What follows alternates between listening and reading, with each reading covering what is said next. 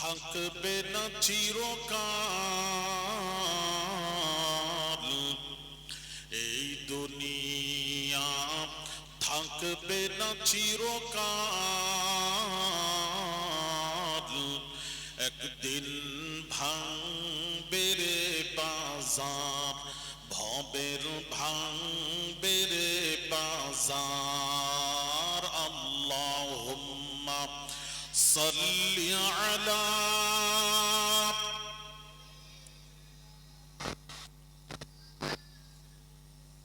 ওয়া আলা আলি সাইয়্যিদিনা। পয়দা হয়ে নূর নবীজি, পয়দা হয়ে নূর নবীজি কিসের সাজদা করিলেন, সাজদায় পড়ে নূর নবীজি উম্মত বলে কাঁদিলেন। আল্লাহুম্মা সাল্লি আলা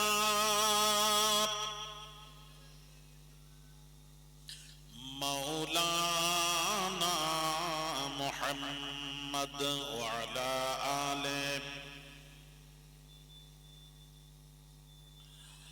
আরবের বুকে মক্কা নগরে আমিনার জিথায় ঘর,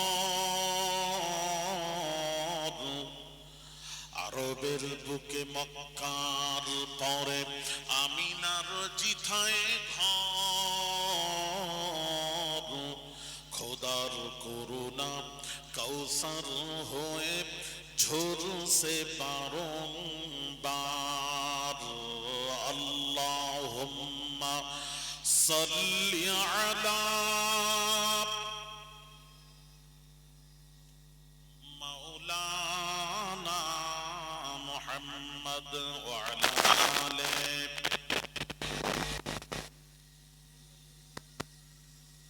আরবেতে জন্ম নিলেন মা আমিনার কোলে, আরবেতে জন্ম নিলেন মা আমিনার কোলে। আল্লাহ ছাড়া মাবুদ নেই, ধর্ম দিলেন খুলে। লা ইলাহা ইল্লাল্লাহ, জোরে জোরে লা ইলাহা।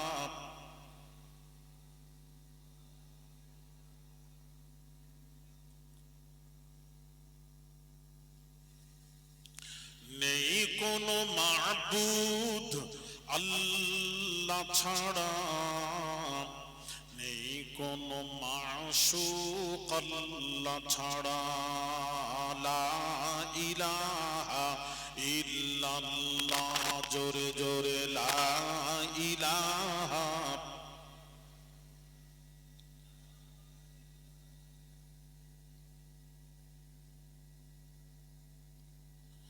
আকাশের মালিক যেই আল্লাহ, জমিনের মালিক সেই আল্লাহ, হায়াতের মালিক যেই আল্লাহ, মতের মালিক সেই আল্লাহ। লা ইলাহা ইল্লাল্লাহ। আপনি বসে শোনেন না, কই আপনি বসেন না, বসে আপনি ঘোরাঘুরি করছেন, খালি ফটো ভিডিও করছেন, ভিডিও করেন রাখেন। লা ইলাহা ইল্লাল্লাহু লা মাওজুদা ইল্লাল্লাহ, লা মাকসুদা ইল্লাল্লাহ, লা মাহবুবা ইল্লাল্লাহ, লা ইলাহা ইল্লাল্লাহ। মাপতে পড়ে লা ইলাহা ইল্লাল্লাহু হাসবি রব্বি জাল্লাল্লাহ, মা ফি কলবি গায়রুল্লাহ, নূর মুহাম্মদ সাল্লাল্লাহ, হক লা ইলাহা ইল্লাল্লাহ।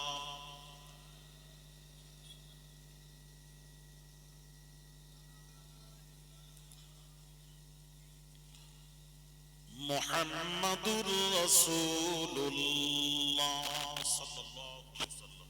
দুরূদ শরীফ। আল্লাহুম্মা সাল্লি আলা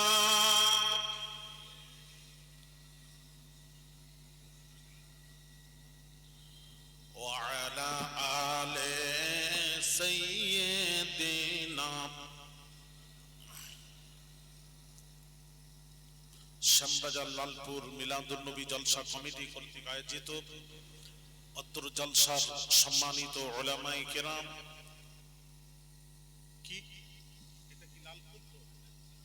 লালপুর মিলাদুন নবী জলসা কমিটি কর্তৃক আয়োজিত অত্র জলসার সম্মানিত উলামায়ে কেরাম,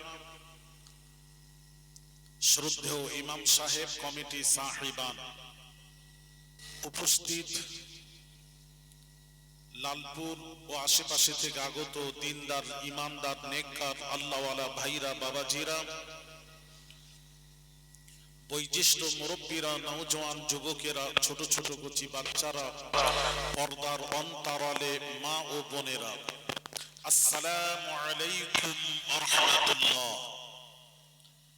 আল্লাহ রব্বুল আলামিনের দরবারে অশেষ মেহেরবানি যে রব্বুল আলামিন এই গুনাহগার নাচিজ আওলাদে রাসূলকে আপনাদের মাঝে হাজির করিয়েছেন, সময় মতো উপস্থিত হতে পেরেছি এর জন্য, এবং যে মাবুদ আমাদেরকে পাড়ায় জান্নাতে বসার মতন সুযোগ নসিব করেছেন, সেই মাবুদের দরবারে কিছু বলার পূর্বে আমি আপনাদের সকলকে নিয়ে একবার কালেমাতু শুকর আদায় করি। সকলেই উচ্চ আওয়াজে সমস্বরে সকলেই বলি আলহামদুলিল্লাহ। বাবাজি, আল্লাহ পাক ওয়াজ করে বলেন, কুল্লু জায়াতে কারিমা তেলাওয়াত করেছি। আল্লাহ পাক বলছেন কুল্লু নাফসিন যায়িকাতুল মউত। তার আগে বলে দিই, এমন এক পৃথিবীতে এমন কিছু নেই যা কোরআনে নেই, এটা মাথায় রাখেন। আমি একটু বোঝাবো আপনাদেরকে। এমন কিছু নেই যা কোরআনে নেই। অনেকেই বলেন কোরআন শরীফে সবকিছু নেই, কথাটা ভুল। কোরআনে সবকিছু এ টু জেড কোরআন শরীফে আছে।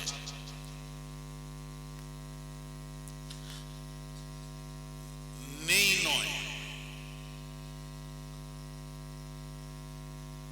হাদিস শরীফ তিরমিজি, আবু দাউদ, নাসাইর হাদিস।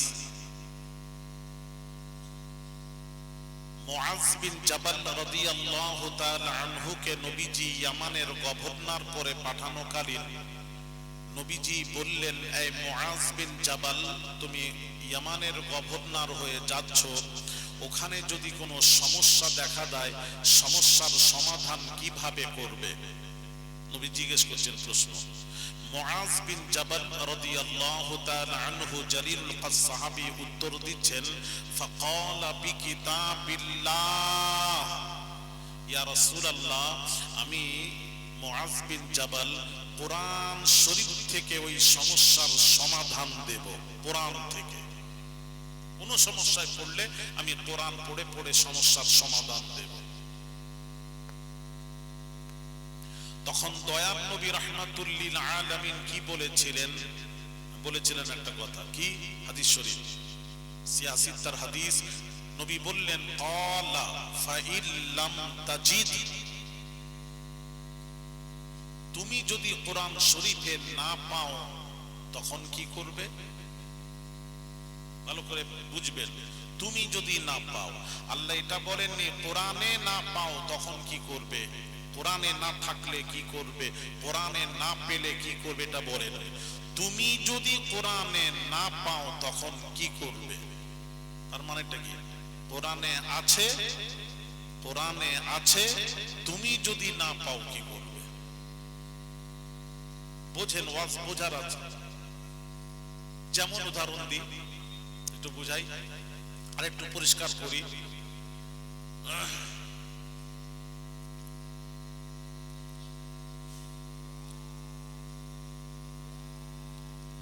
ভাইরা আমার, বাবাজিরা, বাপ মা দেখে দিয়েছে, বিয়ে করেছে ছেলে। ছেলে বলল, আমার বিবি স্ত্রী যদি চাঁদের পূর্ণিমা চাঁদের মতন খুবসুরত না হয়, বিবির উপর 3 তালাক। তারপর বাসর রাত্রিতে গিয়ে দেখে বিবি অন্ধকার, মানে অনেক কালো, খুব কালো। তাহলে ছেলে কি বলছে? চাঁদের মতন খুবসুরত না হলে বিবির উপর 3 তালাক।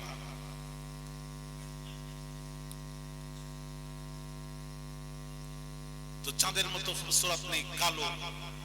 এবার মুফতিদের কাছে গেছেন ফতোয়ার জন্য। আপনাদের কোনো সমস্যা হলে যেমন মুফতিয়ানে কিরামদের কাছে যান, এবার মুফতিয়ানে কিরামদের কাছে গেছেন ফতোয়া নেওয়ার জন্য। মুফতি সাহেব জিজ্ঞেস করছেন, বাবা তুমি কি বলেছো?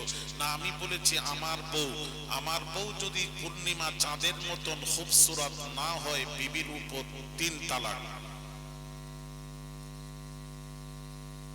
এই বলেছি। এখন কি বলে? বউ কালো। তখন মুফতি সাহেব শুনে বললেন, তোমার শর্ত পাওয়া গেছে, তালাক হয়ে গেছে। শর্ত পাওয়া গেলে তালাক হয়, তালাক হয়ে গেছে। আরেকজন মুফতির কাছে গেছেন, সেও বলল শর্ত পাওয়া গেছে, তালাক। আরেকজনের কাছে গেছেন, সেও বলছেন শর্ত পাওয়া গেছে, তালাক। আরেকজনের কাছে গেছেন, সেও বলছে শর্ত পাওয়া গেছে, তালাক। গড়ে সবাই বলতে লাগলেন তালাক, তালাক, তালাক। ইমামে আজম আবু হানিফা রাহিমাহুল্লাহ কাছে যখন এই মাসলা গেল, ইমামে আজম আবু হানিফা হানাফি মাযহাবের ইমাম, উনি বলছেন তালাক হয়নি, যাও সংসার করবে যাও। তো হুজুর, সব মুফতিরা বলল তালাক, আর আপনি বলছেন তালাক হয়নি। বলে শর্ত পাওয়া গেলে তো তালাক হবে, শর্তই পাওয়া যায় না। সবাই তো বলল শর্ত পাওয়া গেছে, তালাক, তালাক, আর আপনি বলছেন শর্ত পাওয়া যায়নি। তাহলে আপনি দলিল দেন, দলিল আপনাকে দিতে হবে। তো উনি কোরআন শরীফ থেকে একটি আয়াতে কারিমা তেলাওয়াত করলেন। কি আয়াত? সেটা আপনারাও জানেন, সূরা 3। বিসমিল্লাহির রহমানির রহিম। والتين والزيتون وطور سينين وهذا البلد الأمين لقد خلقنا الإنسان في أحسن تقويم। قرآن। ইমাম আজম আবু হানিফা কোরআনের আয়াত পড়ে বলে দিলেন যে আল্লাহ পাক বলছেন লাকাদ খালাকনাল ইনসানা ফি আহসানি তাকওয়িম। আল্লাহ যত বস্তু সৃষ্টি করেছেন তার মধ্যে ইনসান, জিন ইনসান, যেই যত বস্তু ইনসান সৃষ্টি করেছেন, যত বস্তু সৃষ্টি করেছেন, সবচেয়ে সৌন্দর্য করে যাকে পাঠিয়েছেন, কোরআন বলছে, আল্লাহ বলছেন, সেটা হলো ইনসান। ইনসান মানে মানুষ। মানুষকে আল্লাহ সবচেয়ে খুবসুরত করে সৃষ্টি করেছেন। সুতরাং আল্লাহ যখন বলছেন মানুষ সবথেকে খুবসুরত, মানে চাঁদও তো আল্লাহর মাখলুক। চাঁদ আল্লাহর মাখলুক। সমস্ত মাখলুকের যে ইনসানকে খুবসুরত করে সৃষ্টি করেছেন, তার মধ্যে চাঁদও তো চলে এলো। তুমি কি বললে? চাঁদের মতন খুবসুরত না হলে 3 তালাক। আর কোরআন বলছে চাঁদের চেয়েও খুবসুরত হলো মানুষ। সুতরাং তোমার শর্ত বাতিল, তালাক হয়নি, সংসার করবে যাও। জোরে বলেন। আমি কি বোঝাতে পারছি? তাহলে আমার প্রশ্ন হলো, এই সূরা 3 কি এত মুফতিরা যারা বললেন তালাক শর্ত পাওয়া গেছে, তালাক, তালাক, তালাক, তারা কি সূরা 3 কি পড়েননি, জানতেননি? তাহলে বোঝা গেল কোরআন হাদিস সবাই পড়ে। কোরআন হাদিস থেকে সব সমস্যার সমাধান সবাই খুঁজে পায়নি। বুঝতে পারছেন না বোধহয়? কোরআনে আছে। এই জন্য নবীজি বলছেন, নবী বললেন, এই মুআজ বিন জাবাল, তুমি তো বললে আমি কোরআন থেকে সমস্যার সমাধান দেব। ক্বালা ফাইল লাম তাজিদ, তুমি যদি কোরআনে না পাও, তুমি যদি না পাও, তার মানে কোরআনে আছে, তুমি আমি না পাও। যেমন আবার একটা উদাহরণ দিই, আরেকটা বলি। এক মোহাম্মদ বলে এক হানাফি ইমাম ছিলেন, মোহাম্মদ, উনি হাদিস শরীফ পড়ছিলেন, পড়তে পড়তে পিপাসা লাগলো। এক শরবতওয়ালার কাছে গিয়ে বলছেন, শরবতওয়ালা এক গ্লাস পানি দাও, এক গ্লাস শরবত দাও, তার বিনিময়ে আমি তোমাকে একটা মাসআলা বলে দেব। শরবতওয়ালা শুনে বলছেন, আমি মাসআলার বিনিময়ে শরবত বেচি না টাকা ছাড়া। আপনাদের দোকানে ব্যবসার জায়গায় আমি গিয়ে বলি, বাবা বাবা ভেন্ডি 5 কেজি আমাকে দেন, চাষবাস চাষের এলাকা তো, আমাকে ভেন্ডি 5 কেজি দেবেন, তবে আমি টাকা দেব না, মাসআলার বিনিময়ে ভেন্ডি দেবেন, মাসআলার বিনিময়ে টমেটো দেবেন, মাসআলার বিনিময়ে 1 বস্তা আলু দেবেন। বারবার যদি এসে মাসআলা বলি 1 বস্তা করে আলু নিই, কারা কারা দেবেন হাত তোলেন। তোলো বাবা, দেরি করো, টপ করে তোলো। কি হলো, কেউ দেবেন?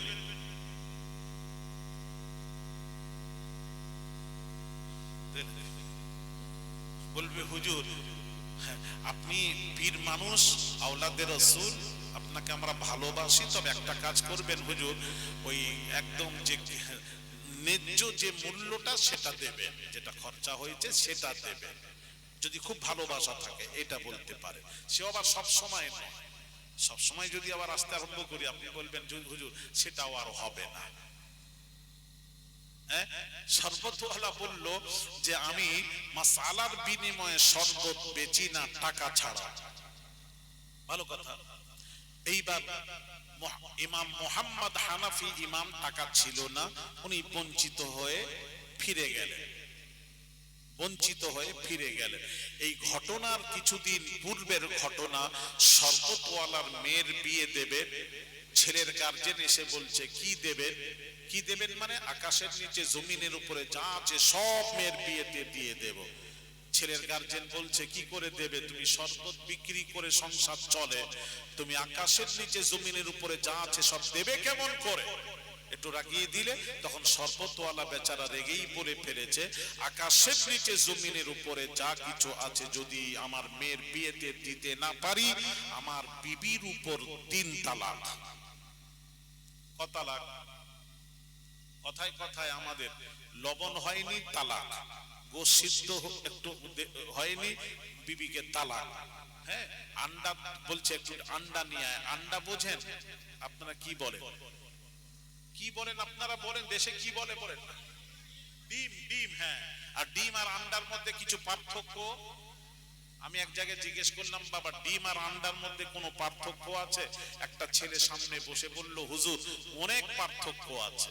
আমি বললাম, বাবা আমার তো জানা নেই, তুই বল পার্থক্য কি?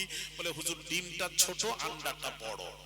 আমি ভাবলাম এটাও চিড়িয়াখানা, চিড়িয়াখানায় রং বেরকম জিনিস দেখা যায়, এ দেশে আমি ঘুরছি তো আমরা রং বেরকম জিনিস দেখতে পাই, মানুষ পাই, কথাবার্তা পাই তাদের। তো ডিম আর আন্ডা বাবা একই জিনিস। যেমন আপনি হজ পাকে গেলে, পৃথিবীর সব কান্ট্রি থেকে মুসলমান হজ পাকে যায় হজ করতে, আপনি হজে গেলে পৃথিবীর মানুষ দেখতে পাবেন। আর সবচেয়ে পৃথিবীর সবচেয়ে ছোট নাটা মানুষ হলো ইন্দোনেশিয়া। ইন্দোনেশিয়া সবচেয়ে বেশি হজ করে ইন্দোনেশিয়া। তার কারণ ওই সরকারের নিয়ম হচ্ছে, আইন হচ্ছে, কানুন হচ্ছে, ছেলে হোক মেয়ে হোক উভয়কে হাজি না হলে বিয়ে হবে না, বিয়ে হবে না।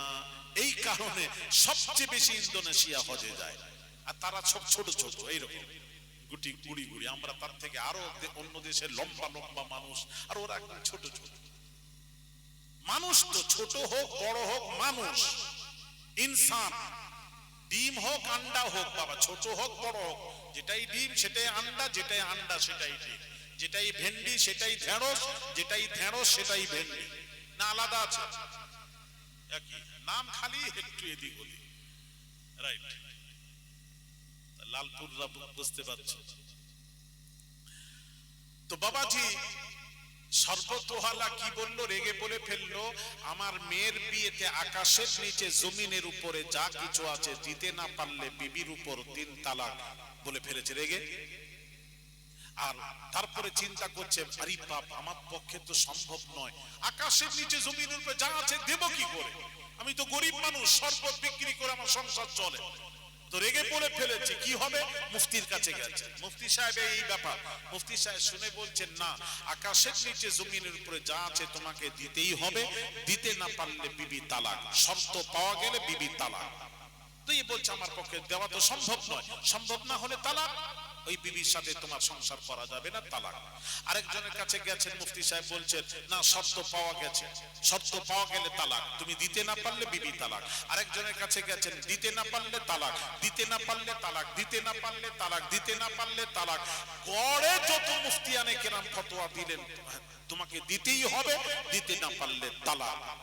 শেষ পর্যন্ত শরবতওয়ালা চিন্তা করলো, সেই মোহাম্মদ হানাফি ইমাম যিনি আছেন তার কাছে শেষ দেখা দেখেনি। আমরা যখন কলকাতার বাঁকুড়া, কলকাতা বিভিন্ন জায়গার চিকিৎসায় যখন ফেল হয়ে যাই, তখন আমরা বলি, চল একবার ভেলোরে দেখে আসি, ভেলোর। তখন শরবতওয়ালা চিন্তা করছে, একবার মোহাম্মদ হানাফি ইমাম মোহাম্মদের কাছে গিয়ে লাশ দেখা দেখি। ওনার কাছে গেছে, গিয়ে বলছেন, হুজুর, একটা সমস্যায় পড়েছি, সমাধান দেবেন। বাবা, কি সমস্যা? না, সমস্যা হলো, আমার মেয়ের বিয়েতে আমি বলেছি আকাশের নিচে জমিনের উপরে যা কিছু আছে সব দিয়ে দেব, দিতে না পারলে বিবির উপর 3 তালাক। আমার পক্ষে দিতে পারবো না, আমি সম্ভব নয়, রেগে বলে ফেলেছি, এখন উপায় কি? তখন ইমাম মোহাম্মদ হানাফি ইমাম বললেন, বাবা, বহু মুফতিয়ানে কেরাম আছে তো, তাদের কাছে যাও না। সকলের কাছে গেছিলাম, কি বললেন? সবাই বললেন, শর্ত পাওয়া গেলে তালাক, তালাক, তালাক, দিতেই হবে, দিতেই হবে, দিতেই হবে, দিতে না পারলে তালাক। আর আমার পক্ষে দেওয়া সম্ভব নয়, আমি না দিয়ে বিবিকে বাঁচাতে চাই, তাই আপনার কাছে এসেছি, হুজুর, আপনি বলুন। ইমাম মোহাম্মদ কি বলেছিলেন শুনুন। ইমাম মোহাম্মদ হানাফি ইমাম বলেছিলেন, বাবা শরবতওয়ালা, ওই দিনের কথা কি তোমার স্মরণ আছে, যেদিন তোমাকে আমি বলেছিলাম এক গিলাস শরবত দাও, তার বিনিময়ে আমি একটা মাসআলা বলে দেব? এটা তো তার পূর্বের ঘটনা। সেই দিন তো এই মাসআলা বলার জন্য তোমার কাছে এসেছিলাম। তুমি যদি এক গ্লাস শরবত দিতে, সেই দিনে এই মাসআলা বলে দিতাম। আর তুমি কি বলেছিলে? আমি মাসআলার বিনিময়ে শরবত বিক্রি করি না, টাকা ছাড়া। সুতরাং আমি ফিরে চলে গেছিলাম। আজকে আমি ওই ফতোয়া দেব, দিতে পারবো, তবে টাকা ছাড়া ফতোয়া দেব না।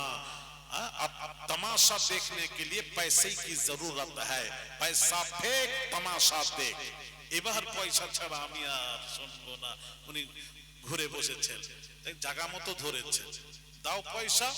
এখন শরবতওয়ালা চিন্তা করলো, যাক, একটা রাস্তা তো পাওয়া গেছে, টাকা লাগে লাগুক, বিবিকে বাঁচাবো, একটা তো লাইন পাওয়া গেছে, চলো টাকা এনেন, টাকা ফতোয়া দেন। ইমাম মোহাম্মদ হানাফি ইমাম বললেন, যাও, তুমি তোমার বিবির সাথে সংসার করবে, যাও, তালাক হয়নি, শর্ত পাওয়া যায়। আরে সব যত মুফতি আছে সবাই বললেন তালাক, তালাক, তালাক, আপনি বলছেন তালাক হয়নি, তো দলিল দেন, দলিল। ইমাম মোহাম্মদ হানাফি ইমাম একটা কোরআন থেকে একটা দলিল পেশ করলেন। কোরআন কি আয়াত পড়লেন? আসুন তো শোনাই। বিসমিল্লাহির রহমানির রহিম। ولا رطب ولا يابس إلا في كتاب مبين। جرب الله أكبر।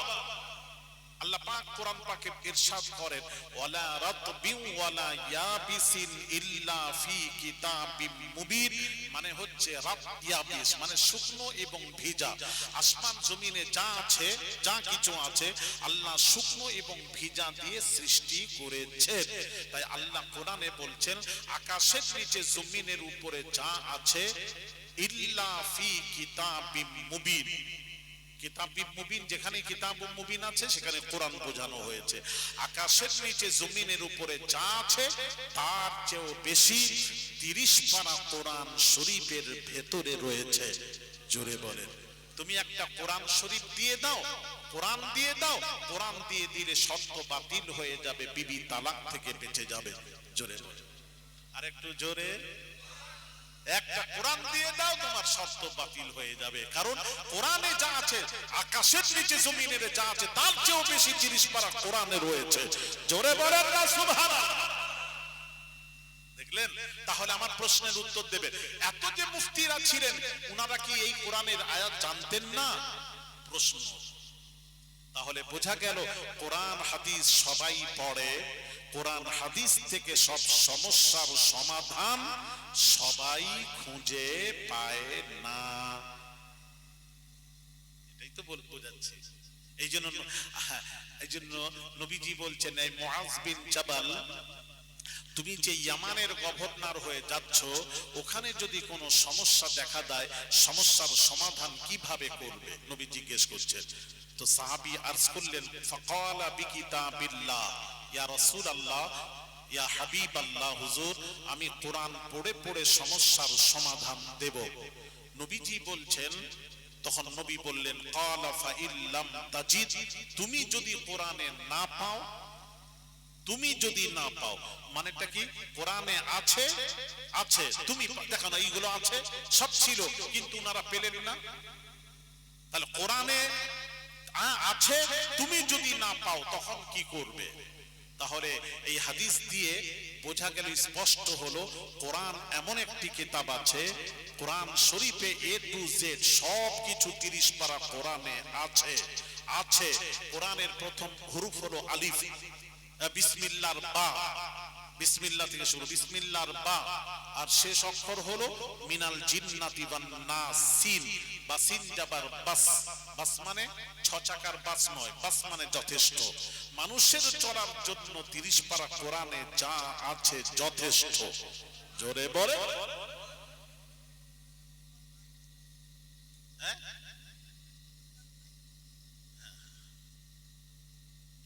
এই তো মানে সব ইমানের ব্যাটারি লো হয়ে গেছে, আর কিছু করার নেই। এখন সুবহানাল্লাহ বেরায়নি, একদম মানুষের আলহামদুলিল্লাহ, মানুষের একটা আকর্ষণ থাকে। কোরআন হাদিসের আলোচনা হচ্ছে, একটু সুবহানাল্লাহ, আলহামদুলিল্লাহ, তাকবীর, একদম যেন মানে শুকনো খাওয়া দাওয়া নেই, মনে হচ্ছে বাপ মাও নেই, বাপ মা মারা গেছে, সব মরে গেছে। একটু কথা বলবেন, তাহলে আমারও ভালো লাগবে। ভাইরা আমার, বাবাজিরা, এবার আসুন।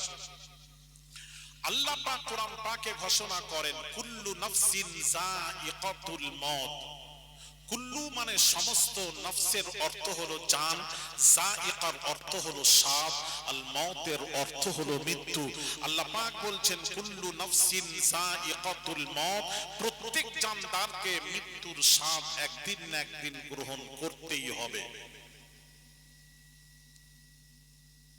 কারা কারা মরবেন না হাত তোলেন তো বাবা, দেরি করবেন না, তাড়াতাড়ি তোলেন, তোলেন, হ্যাঁ তোলেন। কি হলো?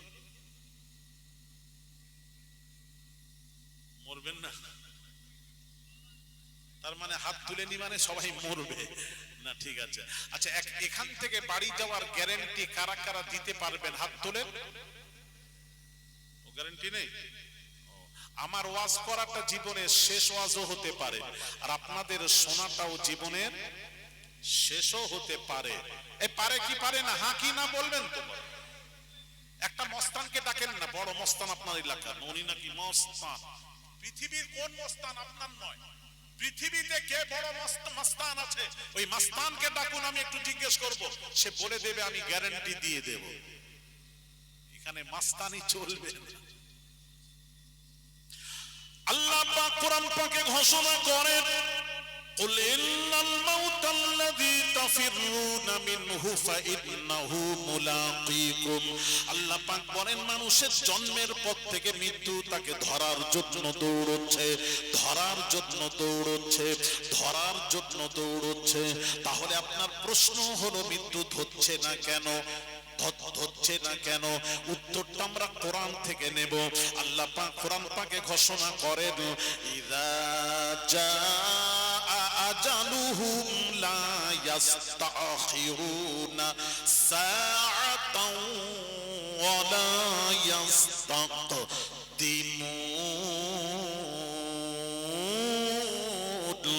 আল্লাহ আল্লাহ পাক বলছেন সময় না হওয়া পর্যন্ত মৃত্যু আপনাকে আমাকে ধরতে পারে না। সময় না হলে মৃত্যু ধরতে পারে না, কোন মানুষকে মারতে পারে না, সেই মানুষটি মরতে পারে না যদি মৃত্যু সময় না হয়।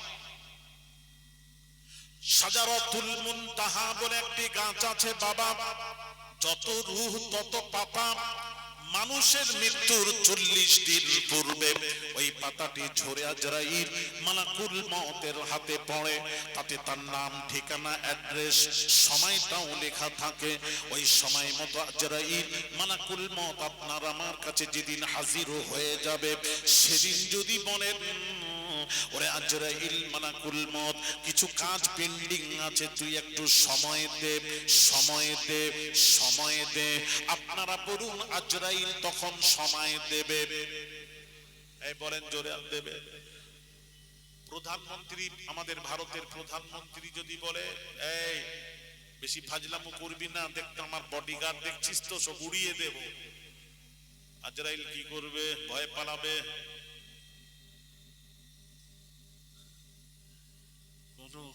বডিগার্ড চলবে না, শোনা হুকুম পালন। আল্লাহ যখন হুকুম হয়ে যাবে তখন শ্বাস নিয়েছেন, শ্বাস ছাড়ার মতো আল্লাহ পাক কোরআনে কি বলছেন উত্তরটা নিয়ে নেন। কোরআন থেকে আল্লাহ উত্তর দিচ্ছেন, ইন্না আজালাল্লাহি ইযা জাআ লা ইউআখার, নির্দিষ্ট সময় মৃত্যু এসে যখন হাজির হবে, শ্বাস নিয়েছেন, শ্বাস ছাড়ার মতো সময় দেওয়া হবে না।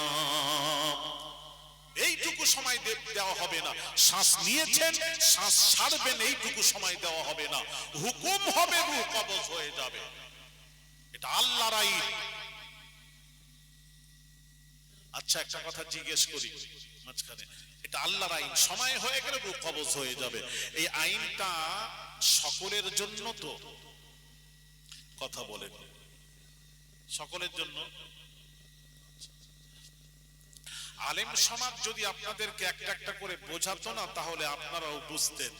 কিন্তু এটা আমাদের এই দোষ, আলেমদের দোষ, বক্তাদের ত্রুটি বলবো। হ্যাঁ, ইনারা পড়েছেন, বাহ্যিক পড়ে বলছেন ইন্না জালাল্লাহি ইযা জাআ লা ইউআখার, নির্দিষ্ট সময় মৃত্যু যখন এসে হাজির হবে তখন আর সময় দেওয়া হবে না। পড়েছে তো, পড়েই বলছে এই আইন সকলের জন্য, সকলের জন্য, সকলের জন্য। আমি আওলাদে রাসূল বলছি, আজকে শুনে যান কান খাড়া করে, এই আইন সকলের জন্য। আমিও বলছি সকলের জন্য, কিন্তু একজন ছাড়া সকলের জন্য এই আইন। এটা হলো ব্যাখ্যা, পরিষ্কার ব্যাখ্যা হলো এটাই। একজন ছাড়া, ওটা যদি আমি না বলি, আমিও যদি বলি সকলের জন্য, আপনিও শুনলেন সকলের জন্য, আপনাকে কেউ জিজ্ঞেস করবে বলে হ্যাঁ সকলের জন্য, জি না, সকলের জন্য নয়। সকলের জন্য তো বটেই, তবে একজন ছাড়া সকলের জন্য। এখন প্রশ্ন, একজনটা কে? আমার আপনার নবী, দয়ার নবী, রাহমাতুল লিল আলামিন ছাড়া এই আইন সকলের জন্য। নবী ছাড়া, এখনো বুঝতে পারলেন না? নবী ছাড়া সকলের জন্য এই আইন। এই আইনটা নবীর জন্য নয়। যখনই হিসেব করবেন, নবী বাদ দিয়ে হিসেব করবেন। হ্যাঁ, একটা কথা বলি, আজকাল আলেম সমাজ যেসব ব্যাখ্যা করছে, এই ব্যাখ্যার মধ্যে ভুল কেন? ভুল ব্যাখ্যা করছে তারা, মানুষকে বিভ্রান্তি করছে। কারণ হলো তাদের মধ্যে দুইটি জ্ঞান না থাকার জন্য তারা বিভ্রান্তি ছড়াচ্ছে, অন্ধকারে তালাশ করছে, সঠিক জায়গায় তারা পৌঁছতে পারছে না। আল্লাহর ওলিদের মধ্যে কোনো দ্বিমত নেই। কেন? তাদের মধ্যে দুইটি জ্ঞান আছে। ফুরফুরা পীর মুজাদ্দিদুজ জামানের মধ্যে দুইটি জ্ঞান, আল্লামা রুহুল আমিন বসিরহাটির মধ্যে দুইটি জ্ঞান, মেদিনীপুর পিয়ারটাঙ্গা মুজাহিদ ইসলাম পীরে কামেল শাহ সুফি সৈয়দ আহমদুল্লাহ পীর কিবলা নওয়ারাল্লাহু মারকাদার মধ্যে দুইটি জ্ঞান, নিসারউদ্দিন আহমদ সাবসিনা দুইটি জ্ঞান, ডক্টর মুহাম্মদ শহীদুল্লাহ সাহেব 18 ভাষায় এমএ পাস পণ্ডিত দুইটি জ্ঞান, কোরআন হাদিস ইলমে ফিকহের জ্ঞান, আধ্যাত্মিক জ্ঞান। দুই জ্ঞানে জ্ঞানী হলে তবেই সে আলেমে হাক্কানি হতে পারবে। আর আলেমে হাক্কানি হলে আপনি আসল জায়গায় পৌঁছতে পারবেন। আর যারা দুইটি জ্ঞানের মধ্যে একটা জ্ঞান অর্জন করেছে, একটা জ্ঞান, কোরআন হাদিস শিখেছে, আর আর আর কোরআন হাদিস শিখেছে, তাসাউফ শেখে না, আধ্যাত্মিক শেখে না। যারা আধ্যাত্মিক শিখলো না, আধ্যাত্মিক আল্লাহর ওলির কাছে গেল না, আধ্যাত্মিক শিখলো না, তাদের জ্ঞানটা কেমন জানেন? তাদের জ্ঞানটা হলো মান তাফাক্কাহ ওয়া লাম ইয়াতাসাওয়াফ ফাকাদ তাফাসসাক। কোরআন হাদিস শিখলো কিন্তু আধ্যাত্মিক শিখলো না, পীর মুর্শিদের কাছে গেল না, তারা কি? ফাকাদ তাফাসসাক, তারা হলো ফাসিক। ফাসিক ফাসিক আর ফাসিকের ইক্তেদা জায়েজ নয়, ফাসিকের ইক্তেদা জায়েজ নয়। আমরা পড়েছি, আর আমার ওয়ালিদ কিবলা একটা ওয়াজ করতেন, আমি আপনাদেরকে একটু বুঝিয়ে দিই, সতর্ক করে দিই। দুইটি জিনিস থেকে বাঁচার চেষ্টা করবেন, দুইটি জিনিস। একটা হলো নিম হাকিম খাতরায়ে জান, নিম মুল্লা খাতরায়ে ঈমান। এটা ফার্সি শব্দ, এর মানে হচ্ছে হাতুড়ে ডাক্তারের কাছে চিকিৎসা করাবেন না। হাতুড়ে ডাক্তার, পাশ করা ডাক্তার নয়, হাতুড়ে ডাক্তার। ওর কাছে যদি চিকিৎসা করেন, কয় প্রকার সে বুঝবে না তো। জ্বর হয়েছে, আপনি গেছেন, সে ওষুধ দিয়েছে, আবার গেলেন ডাক্তার বাবু ভালো হচ্ছে না, একটু পাওয়ারফুল ওষুধ লিখে দিল। আবার গেছেন ডাক্তার বাবু জ্বর ভালো হচ্ছে না, আর একটু পাওয়ার ওষুধ লিখে দিল, আপনি খেলেন, উপর দিকে চলে গেলেন, মানে ইন্তেকাল।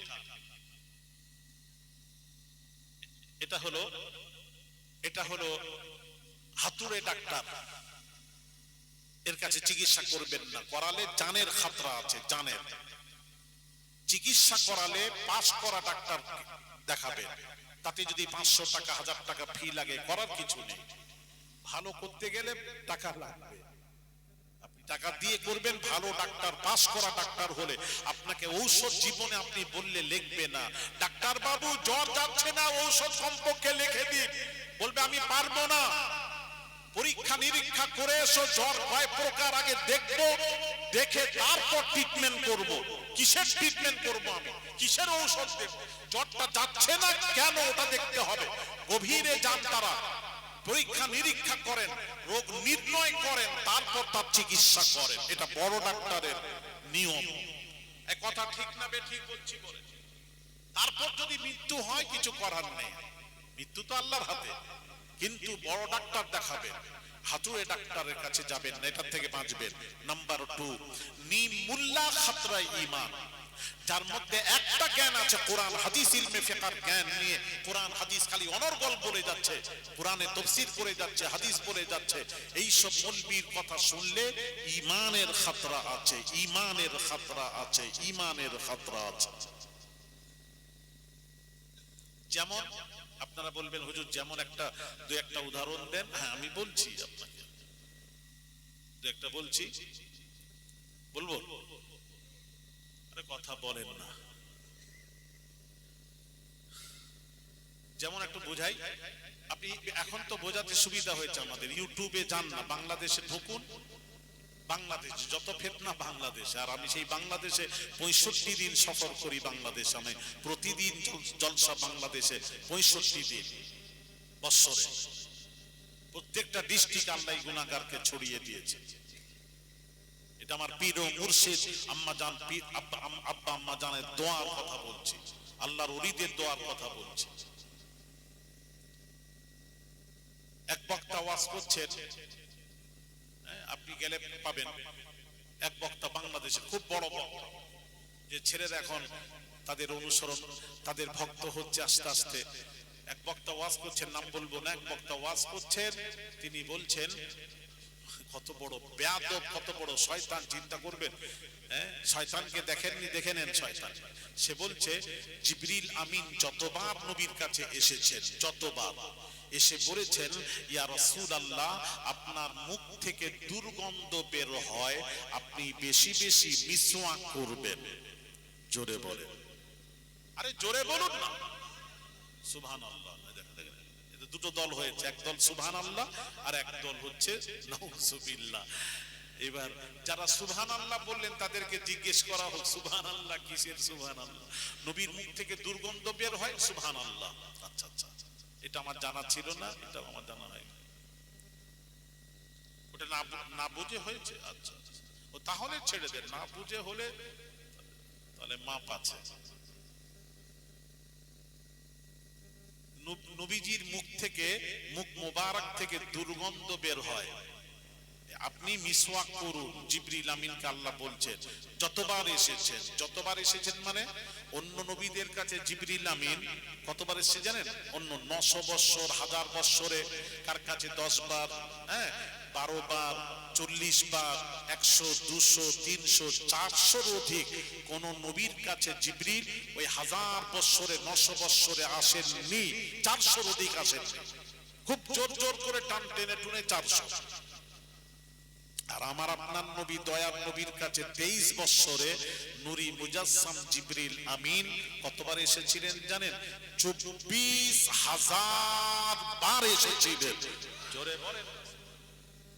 তাহলে 24,000 বার এসে 24,000 বারই বলে গেছেন আপনি মিসওয়াক করুন, আপনার মুখ থেকে দুর্গন্ধ বের হচ্ছে। জোরে বলেন।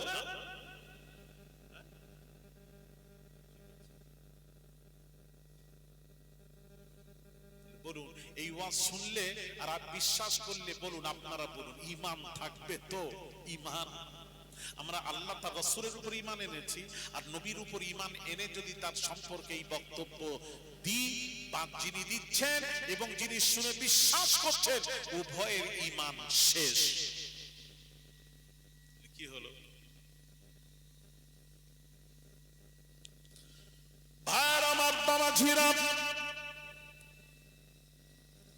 ও তরুণেরা, যুবকেরা, আব্দুল মুত্তালিব আমিনাকে, বৌমা আমিনাকে ডেকে বলেন, ও বৌমা আমিনা, ও বেটার বউ আমিনা, শোনো শোনো শোনো শোনো। আমিনাকে ডেকে বললেন, পাড়ার প্রতিবেশী মহিলারা আমার কাছে এসে তোমার বিরুদ্ধে নালিশ করে গেল, তোমার বিরুদ্ধে নালিশ করে গেল।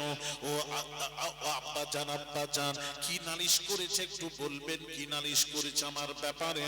পাড়ার প্রতিবেশীরা এসে বলল, তোমার স্বামী নেই, আমার ছেলে আব্দুল্লাহ ইন্তেকাল করে গেছেন, তোমার স্বামী নেই, তোমার স্বামী নেই। স্বামী ছাড়া যখন বিধবা হয়ে যায়, স্বামী চলে গেলে স্ত্রী বিধবা হয়ে যায়, বিধবাদের জন্য আতর খুশবু লাগানো যাবে না, যাবে না, যাবে না। তুমি নাকি দামি দামি আতর ব্যবহার করো, সুগন্ধি ব্যবহার করো।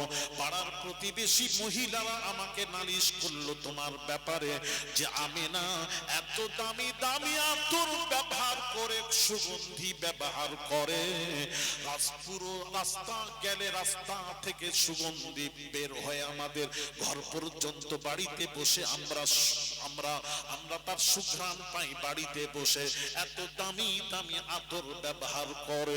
ও বৌমা আমিনা, ও বৌমা আমিনা, তুমি বিধবা হয়ে এত দামি দামি আতর ব্যবহার করো কেন? লোক খারাপ বলছে, পাড়ার প্রতিবেশী খারাপ বলছে। আল্লাহর কসম যুবকেরা, মা বোনেরা, আল্লাহর হাবিবের মা আমিনা তখন বললেন, আমিনা বলছেন, ও আমার আব্বা শ্বশুর, আব্বা শুনুন, আল্লাহর কসম করে বলছি, আমি আমিনা কোনো সুগন্ধি ব্যবহার করিনি, করিনি, করিনি। যেদিন থেকে আমার গর্ভে শিশু মুহাম্মদ সাল্লাল্লাহু আলাইহি ওয়াসাল্লাম, আমার গর্ভে মুহাম্মদ যেদিন থেকে এসেছে, সেই দিন থেকে আমার শরীর থেকে মুশকে আম্বারের চেয়েও দ্বিগুণ খুশবু আমার শরীর থেকে বের হয়। জোরে জোরে বলুন সুবহানাল্লাহ।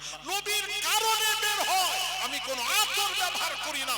রাস্তা দিয়ে গেলে সুগন্ধি ছড়ায়, মুহাম্মাদের কারণেই খুশবু ছড়ায়, ছড়ায়, ছড়ায়। যে মুহাম্মদ আমিনার গর্ভে থাকাকালীন আমিনার শরীর থেকে সুগন্ধি ছড়ায়, আর সেই নবীর মুখ থেকে দুর্গন্ধ বের হয়। ও আচ্ছা আচ্ছা, বড় মন, কত বড় মন, এত বড়। আমি এগুলো দেখতে পারিনি বাবা, আমি সহ্য করতে পারিনি। আমি বাংলাদেশে পরিষ্কার বলি, এইসব বড় বড় মৌলানা, 2 লাখ 4 লাখ টাকা বাজেট যাদের, আল্লাহ হিফাজত করে, তাদের বক্তব্য শুনলে, এইখানে আপনার চন্দ্রকোনা রোডে বাবাজি রাঙামাটি বলে একটা জায়গা আছে, আপনারা জানেন না বোধহয়, ওখানে একটা বক্তা, বাংলাদেশের বক্তা, আমি প্রতি বছর থাকি, বিরাট জলসা হয়, আমাকে দাওয়াত করেছে, আমার একটা বাঁকুড়া থেকে জলসা করে ওখানে ঢুকবো, শেষ মোনাজাত। তার খুব ইচ্ছা, পয়সা আছে তো, খুব ইচ্ছা বাংলাদেশের একটা বড় বক্তাকে ডাকবো। সে বাংলাদেশের একটা ইউটিউবে দেখে, সে বেচারা বুঝে না, সাধারণ মানুষ, দাওয়াত করে ফেলেছে। এইবার দাওয়াত করে বাংলাদেশের, বলছি না জয়, বাংলাদেশে একটা বড় বক্তাকে দাওয়াত করে ফেলেছে। তিনি চলে এসেছেন, বক্তা এসেছে, তাকে বলেছে প্লেন, সে বলেছে প্লেনে যাব, জলসা হয়ে গেলে আবার গাড়ি করে এয়ারপোর্ট থেকে নিয়ে যাবে, এয়ারপোর্ট ছেড়ে দিতে হবে, প্লেন খরচা দিতে হবে, আমার এই বাজেট দিতে হবে। এই বলছে সব বাজেট মঞ্জুর, গাড়ি পাঠিয়ে দিয়েছে, টিকিট পাঠিয়ে দিয়েছে, সব করেছে, নিয়ে এসছে, জলসা করবে, 3 থেকে 4 ঘন্টা ওয়াজ করবে। হ্যাঁ, তার ছবি টবি দিয়েছে, দিয়ে একদম এলাকায় খুব প্রচার করেছে, হাজার হাজার মানুষ এসছে, বলে বাংলাদেশের বড় বক্তা আসছে, দেখি যাই। গিয়ে যখন ওয়াজ শুরু করেছে, ব্যাস উল্টো পাল্টা, অন্য কোম্পানির তো, তার কাটা তো, বুঝতে পারছেন না, যেই শুরু করেছে লোকজন বলছে এই ওয়াজ শুনতে এসেছি আমরা, এত শুনলাম নাম, সব আস্তে আস্তে কেটে পড়লো। 2-4 জন বসে আছে, আমাকে ফোন করছে, হুজুর সর্বনাশ, তাড়াতাড়ি চলে আসেন। আমি মানা করেছিলাম, সেই যিনি জলসা দেন তিনি ফোন করেন, অন্যকে দিয়ে ফোন করাচ্ছে, হুজুর তাড়াতাড়ি চলে আসবেন। তাড়াতাড়ি কেন, 3 থেকে 4 ঘন্টা ওয়াজ করবে, আবার তাড়াতাড়ি গেছে। আমি আমার সময় মতো যাব, ঘড়ি দেখবে, টাইমে পৌঁছাবো। আজকেও আমি দেখেন টাইমে পৌঁছেছি। এরা 9টায় তুলবে, আমাকে বললো 8:30টায় এলে আমি 8:30টায় তুলে দেবো, 8:30টার আগে ঢুকে পড়েছে। টাইম ইনশাআল্লাহ, আমি টাইমে যাব না। হুজুর তাড়াতাড়ি আসেন। আমি এসে দেখছি 4 জন লোক বসে আছে, মজলিস ফাঁকা, সব পালিয়ে গেছে। আমি উঠে যখন শুরু করলাম, আবার লোকজন কিছু আশেপাশে এসে বসলো, আর বাইরে থেকে যারা এলো সব পালিয়ে গেছে। এই তো অবস্থা। এইসব ওয়াজ শুনলে নবীর মুখ থেকে দুর্গন্ধ বের হয়, এইসব ওয়াজ শুনলে লোক থাকবে? হ্যাঁ, বলেন না আপনারা। আরেকটা বক্তা ওয়াজ করছে, নবী 6 জায়গায় নবী ভুল করেছেন, নবীর ভুল ধরেছেন। ইউটিউবে দেখেন যারা ছেলেরা, তাদেরকে বলছি, নবী 6 জায়গায় নবী ভুল করেছেন, 6 জায়গায় নবীর ভুল হয়েছে। ও মৌলবি 6 জায়গায় নবীর ভুল ধরেছে, নবীর ভুল হয়েছে 6 জায়গায়। আস্তাগফিরুল্লাহল আযীম। সাথে সাথে সে বেঈমান হয়েছে, কাফের, আর যারা বিশ্বাস করবে তারাও বেঈমান। এরা হলো নিম মুল্লা খাতরাই ঈমান। এদের যদি ওয়াজ শোনো, ঈমানের খাতরা আছে, ঈমানের খাতরা আছে, ঈমানের খাতরা আছে। জি হ্যাঁ, ভালো করে বুঝাই, ভালো করে শুনে যান। আমি একটু বোঝাই আপনাকে, আপনার তো জ্ঞানী গুণী, গ্রামে হলেও কি হবে, পড়াশোনা করেছেন, জ্ঞানী গুণী, আল্লাহ বিবেকটা দিয়েছেন আপনাদের ছেলেরা, একটু বোঝাই। 6 জায়গায় রাসূলের ভুল ধরেছে। আমার শুনে তো মাথা ব্রেন খারাপ। আমি একটু বোঝাই যে রাসূলের ভুল ধরছে, রাসূলকে চিনেছে, চিনলে তো ভুল ধরতো না। আগে রাসূলই চিনে না, ওই জ্ঞান নেই, আল্লাহ প্রদত্ত জ্ঞান নেই, একটা জ্ঞান অর্জন করে তারা কি ভুল ধরবে? তারা ভুল ধরবে না। ভাইয়ের আমার, বাবাজিরা, আচ্ছা, রাসূলের ভুল ধরার আগে একটা কথা আমি আপনাদের সামনে তুলে ধরছি, আপনারাই বিবেচনা করবেন, আপনারাই বলবেন কথাটা কত সঠিক, নবীর কেমন করে ভুল হয় আপনারা বোঝাবেন। আগে আমি তুলে ধরি, কোরআন ও হাদিস দিয়ে বোঝাবো, কোনো মানে আপনার কোনো মিসাল দেব না, কোরআন হাদিস দিয়ে বোঝাবো। কোরআন হাদিস কি বলছে একটু শুনুন। আব্দুল্লাহ ইবনে আমর ইবনুল আস রাদিয়াল্লাহু তাআলা আনহু কে নবীজি বলছেন, কাইয়িদুল ইলমা বিল কলম। আল্লাহর নবী বলেন, আব্দুল্লাহ ইবনে আমর ইবনুল আস, শোনো শোনো, আমি রাসূলুল্লাহ সাল্লাল্লাহু আলাইহি ওয়াসাল্লাম যা বলি সব লেখো। নবী বলছেন, আমি যা বলি সব লেখো। সাহাবী আরজ করলেন, ইয়া রাসূলুল্লাহ, ইয়া হাবিবাল্লাহ, হুজুর আপনি রাগ বশত যদি কোনো কথা বলেন, ওটাও কি লিখবো, ওটাও কি লিখবো? তার কারণ মানুষ রেগে গেলে মুখ থেকে উল্টা পাল্টা বের হয়ে যায়। আপনাদের বের হয় না, আমার হয়, আপনাদের হয় না। যারা হলে মাথা নাড়তো, তার মানে মাথা এরকম করা মানে আমাদের এরকম হয়। আপনারা এত ভালো, সত্যি লালপুরে আপনাদের মুখ থেকে আবল তাবল বের হয়নি তো? হয়, তাই বলেন, হয়নি কে রে? ও বেরিয়ে যাচ্ছে, হয়নি আবার বেরিয়ে যাচ্ছে, কত আবুল তাবুল বের হয়। এই জন্য সাহাবী জিজ্ঞেস করছেন, ইয়া রাসূলুল্লাহ, আপনি তো বললেন আমি যা বলি সব লেখো, সুতরাং ইয়া রাসূলুল্লাহ আপনি যদি রাগ বশত কোনো কথা বলেন ওটাও কি লিখবো? কুরবান যাই নবীজির পাক জাবানের পাক কথা, উক্তুব মা সামি'তা আন্নি, আমি রেগে রেগে বললেও আমার সব কথা লিখে এক জায়গায় করো, জমা করো, রেগে বললেও জমা করো। তার কারণটা কি নবী বলছেন, মা আকুলু ইল্লাল হক, আমি নবী আল্লাহ ছাড়া কোনো কথা বলিনি। একটু জোরে বলেন, আমি আল্লাহ ছাড়া কোনো কথা বলিনি।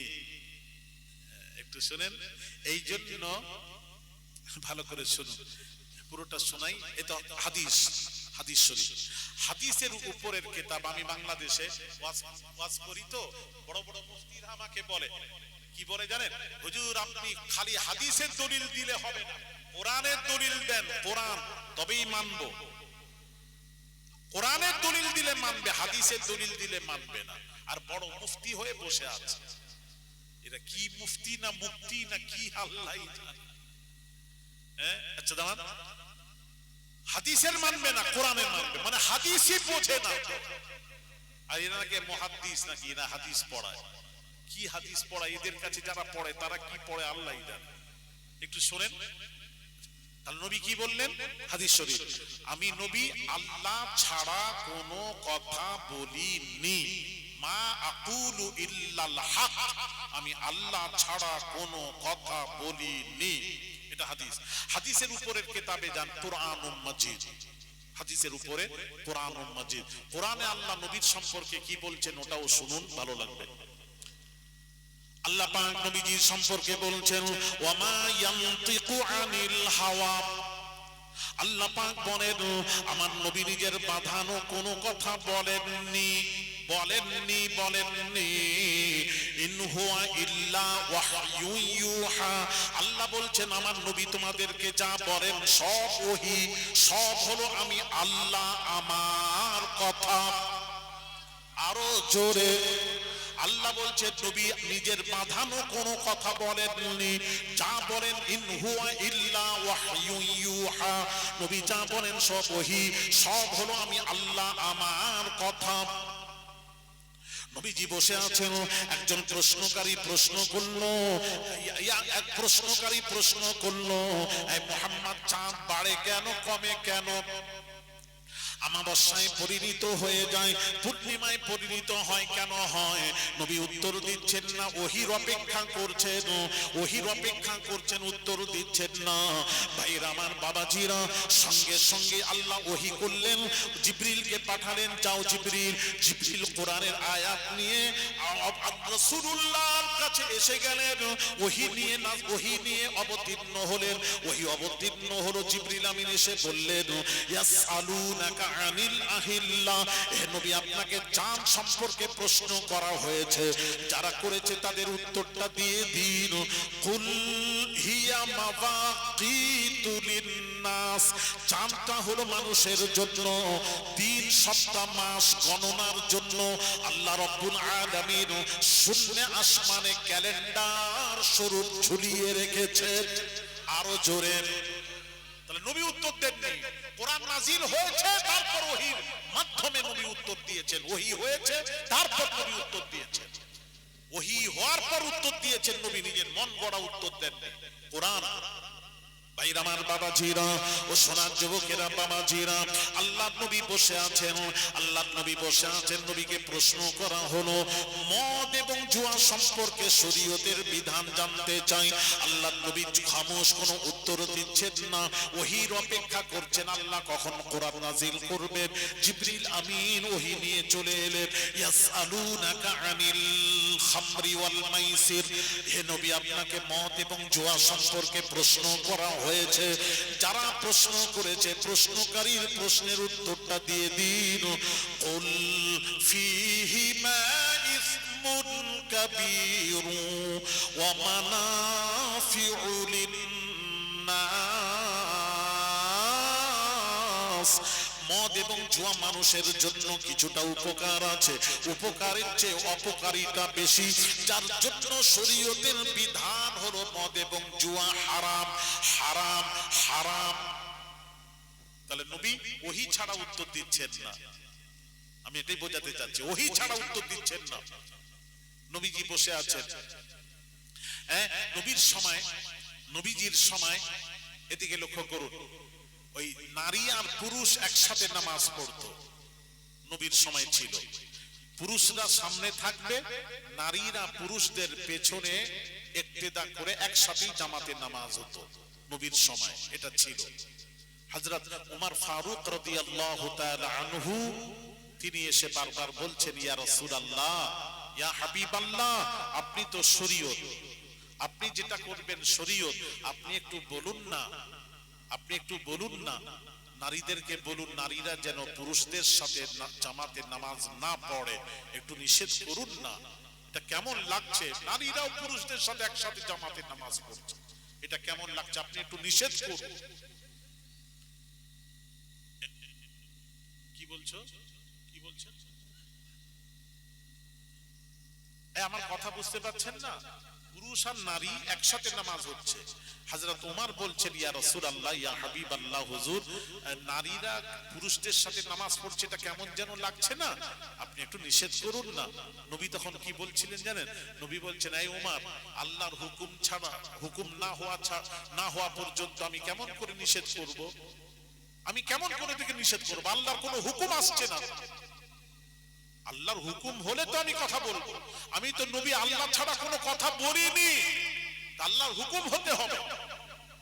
এই কথা হতে হতে উমারের কথার উপর ওহী নাজিল হয়ে গেল, কোরআন, সাথে সাথে কোরআন নাজিল হয়ে গেল। কি আয়াত নাজিল হলো? ইয়া আইয়ুহান নাবিয়্যু কুল লিআজওয়াজিকা ওয়া বানাতিকা ওয়া নিসাইল মুমিনিনা ইউদনিনা আলাইহিন্না মিন জালাবিবিহিন। ইয়া আইয়ুহান নবী, আল্লাহ পাক বলেন, হে নবী, আপনি কুল্লি আজওয়াজিকা, আপনি আপনার বিবিকে বলুন যেন পর্দা করে, ও বানাতিকা, তারপর আপনার মেয়েকে বলুন পর্দা করতে, ওয়ানিসাইল মুমিনিন, পৃথিবীর মুসলমানদের নারীদের বলুন তারা পর্দা করতে। এই পর্দার আয়াত নাজিল হয়ে গেল, সেই থেকে নারী পুরুষ আর একসাথে জামাতে নামাজ বন্ধ হয়ে গেল। এটা আগে ছিল, এখন বন্ধ হয়ে গেছে। হাদিস দুই প্রকার, হাদিস নাসিখ আর মানসুখ, দুটোই মানতে হবে। নাসিখও মানতে হবে, মানসুখও মানতে হবে, কিন্তু আমল হবে নাসিখের উপর, মানসুখের উপর নয়। এখন আমল হবে পুরুষ নারী এখন আর নামাজ পড়া যাবে না, এটা ছিল সেই সময় ছিল জায়েজ, এখন চলবে না, এখন নিষেধ হয়ে গেছে, নিষেধ হয়ে গেছে, এটা মানসুখ হয়ে গেছে, এটা মানা হয়ে গেছে, নিষেধ হয়ে গেছে, এখন আর চলবে না। আমি সেদিন হাওড়া জেলায় জলসা গেছি, সাঁকরাই, ওখানে বললো হুজুর আমাদের পাশে এক মসজিদে পুরুষ আর নারী একসাথে নামাজ ঈদের নামাজ পড়েছে, তারা পুরুষ আর নারী একসাথে নামাজ হয়, ওরা একসাথে পুরুষদের সাথে নারীরাও নামাজ পড়েছে। জোরে বলুন না সুবহানাল্লাহ। সুবহানাল্লাহ মানে এটা মানে আপনারা কম্পালসারি, এটা সব জায়গায় জাহান্নামে চলে যাচ্ছে, সুবহানাল্লাহ, পানিতে ডুবে যাচ্ছে, মাশাআল্লাহ।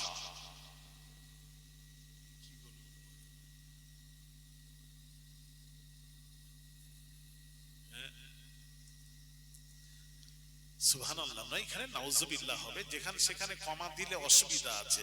ওই একটা দেওয়ালে লেখা ছিল, এখানে প্রস্রাব করিবেন না, কমা, করিলে জরিমানা হইবে, লেখা আছে। আবার বলছি, এখানে প্রস্রাব করিবেন না, নাতে কমা, করিলে জরিমানা হইবে। একটা ছেলে কি করলো, ওই নাতে যে কমা ছিল ওটা মুছে দিয়ে করিবেনে কমা দিয়ে দিয়েছে, তাহলে কি হবে এখন? এখানে প্রস্রাব করিবেন কমা, না করিলে জরিমানা হইবে হইবে হইবে। একটা কমার জন্য কত কি গন্ডগোল দেখছেন, কিন্তু মারামারি হয়ে যাবে।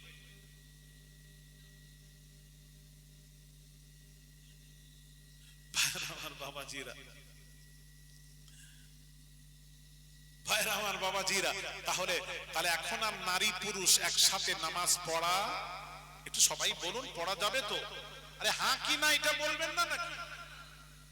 নারীদের জন্য জুম্মা নয়, নারীদের জন্য ঈদের নামাজ ওয়াজিব নারীদের জন্য নয়, এটা পুরুষদের জন্য।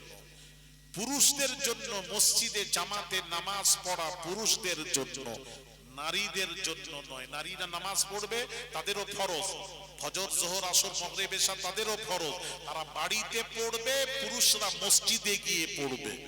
জোরে বলেন না সুবহানাল্লাহ। আপনাদের দেশে আবার কবে হবে নারী পুরুষ একসাথে হবে? কে আবার মৌলানা মৌলবি পড়ে এসে শুরু করবে আল্লাহই জানে। হয়নি তো এখনো? হ্যাঁ বাবা ঠিক আছে, এগুলো চালু করতে দেবেন না, বাধা দেবেন, সব প্রথমেই হলেই বাধা দেবেন, এইসব আবার কি শুরু করে? তাহলে আমি বোঝাতে চাচ্ছি কি কথা, ওখানে যাই ফিরে যাই। তাহলে নবী নিজের মন গড়া কথা বলেননি, ওহী নাজিল হয়েছে, তারপর নবী উত্তর দিয়েছেন, তারপর উত্তর দিয়েছেন। এই জন্য একটা কথা বলি মাঝখানে, একটু বলে দিই। কোরআন হলো ওহীয়ে ইলাহি, হাদিসে নববিও হলো ওহীয়ে ইলাহি। কোরআনে যা আছে, কোরআনে সেটা আল্লাহর ওহী, হাদিস শরীফে যা আছে সেটাও ওহী, আল্লাহর ওহী, সেটাও ওহী, দুটোই ওহী। কোরআন পার্থক্য কি? কোরআন আল্লাহর বাণী, হাদিস রাসূলের বাণী। বাণী দুই, কথা এক। বাণী দুই, কথা এক। কোরআনে যা আছে আল্লাহর কথা, হাদিস শরীফে যা আছে আল্লাহর কথা, রাসূলের কথা নয়, কথা আল্লাহ। হাদিসেও যা আছে কথা আল্লাহ, কোরআনেও যা আছে কথা আল্লাহ। কথা এক, বাণী দুই। ভালো করে বুঝবেন, এখানে বোঝার আছে। কথা এক, বাণী দুই। কোরআন আল্লাহর বাণী, হাদিস রাসূল পাক সাল্লাল্লাহু আলাইহি ওয়াসাল্লামের বাণী। বাণী দুই, কথা এক। তাহলে হাদিস শরীফে যা আছে কার কথা? আরে একটু কথা বলেন, আল্লাহর কথা। তাহলে কোন মৌলবি যদি বলে হাদিস শুধু বললে হবে না, কোরআনের দলিল দিতে হবে তবেই মানবো, তাহলে হাদিসেও যা আছে তো আল্লাহর কথা। তাহলে আল্লাহর কথা যদি বলে কেউ মানবো না, তাহলে সাথে সাথে সে বেঈমান হবে, কাফের হবে। হবে কি হবে না? আরেকটু জোরে, আমি বোঝাতে পারছি তো? ওই জন্য তো বলছি আমি, যাত্রার ওয়াজ শোনা যাবে না। এরা হলো নিমুল্লাহ খাতরা ইমাম। কি আশ্চর্য ব্যাপার, নবীর ভুল হয়। এই জন্য তো পৃথিবীতে নবীরা হলেন মাসুম, বেগুনাহ, নিষ্পাপ। নবীরা আল্লাহ ছাড়া কোনো কথা বলেননি, যার জন্য নবীদের কোনো ভুল হয় না। ভুল তো আমাদের হয়, নবীর ভুল হয় না। এই জন্য নবীদেরকে বলা হয় মাসুম নবী, বেগুনাহ নবী, নিষ্পাপ নবী। নবীদের কোনো গুনাহ নেই, কোনো নিষ্পাপ তারা। মায়ের পেট থেকে যখন বাচ্চা শিশু যখন জন্মায়, এই রকম নবী না হলে নিষ্পাপ, মাসুম, বেগুনাহ।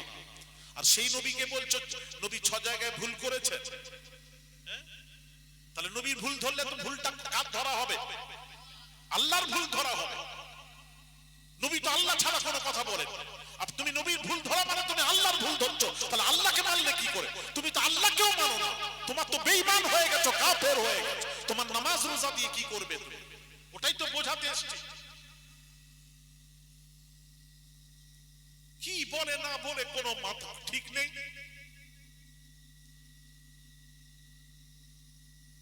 রাসূলের মুখ থেকে দুর্গন্ধ বের হচ্ছে, ও মিয়া আহারে। রাসূল পাক সাল্লাল্লাহু আলাইহি ওয়াসাল্লাম, একটু বলি, রাসূল পাক সাল্লাল্লাহু আলাইহি ওয়াসাল্লাম রাস্তা দিয়ে চললে রাসূলের শরীর থেকে সুগন্ধি ছড়াতো। তারপরে যদি ওই রাস্তা দিয়ে কেউ যেত না, বুঝতে পারতো এই রাস্তা দিয়ে আল্লাহর রাসূল হেঁটেছেন। জোরে বলুন হায় হায়। কোন নবী দেখবেন? ভাইরা আমার, বাবাজিরা, সোনার যুবকেরা, বাবাজিরা, আল্লাহর নবী, দয়ার নবী, রাহমাতুল লিল আলামিন একদিন পেশাব করেছেন। পেশাব, একটা পাত্রে পেশাব করেছেন। আম্মা জান আয়েশা সিদ্দিকা রাদিয়াল্লাহু তাআলা আনহা ওই পেশাবের পাত্রটা এক কোণে, খাটের এক কোণে রেখেছেন। দাসী উম্মে আইমান বলে এক দাসী ছিল, তার পিপাসা লেগেছে। পিপাসা লাগতে ওই পাত্রে পানি দেখে উনি আস্তে করে নাকের কাছে নিয়ে এসেছেন। ওখানে মুশকে আম্বারের খুশবু বের হচ্ছিল নবীর পেশাব থেকে। আর পেশাবের যে কালার, ওই কালারও নেই, পানির কালার। নাকের কাছে রাখলে মুশকে আম্বারের খুশবু বের হচ্ছিল। দাসী উম্মে আইমান ভাবলেন আল্লাহর রাসূল বুঝি পানি পান করে রেখে দিয়েছেন, নবীজির লাব মোবারকটা লেগে পানি খুশবুদার হয়ে গেছে, সুগন্ধি হয়ে গেছে। এই ভেবে উনি তাবাররুক মনে করে পানিটা খেয়ে ফেলেছেন। কে? দাসী উম্মে আইমান পানি মনে করে রাসূলের পেশাব পান করে নিয়েছেন। হাদিস শরীফ। আম্মা জান আয়েশা সিদ্দিকা রাদিয়াল্লাহু তাআলা আনহা পরে এসে দেখলেন পাত্রটা খালি, খালি পাত্র রাখা আছে, পেশাব নেই। উনি বললেন আশ্চর্য ব্যাপার, পেশাব কোথায়? এই পেশাব কোথায়? দাসী উম্মে আইমানকে জিজ্ঞেস করলে উনি থরথর করে কাঁপছেন আর বলছেন আম্মা জান আমি তো পেশাব করে জানতাম না, এখানে পেশাব ছিল বলে তো জানতাম না, আমাকে পিপাসা লেগেছে, আমি যখন পাত্রটা নাকের কাছে রাখলাম মুশকে আম্বারের খুশবু বের হচ্ছিল, আমি ভাবলাম রাসূল বুঝি পানি পান করে রেখেছেন, তাবাররুক মনে করে আমি পান করে নিয়েছি, পেশাব বলে তো জানতাম না। এখন আমি কি হবে?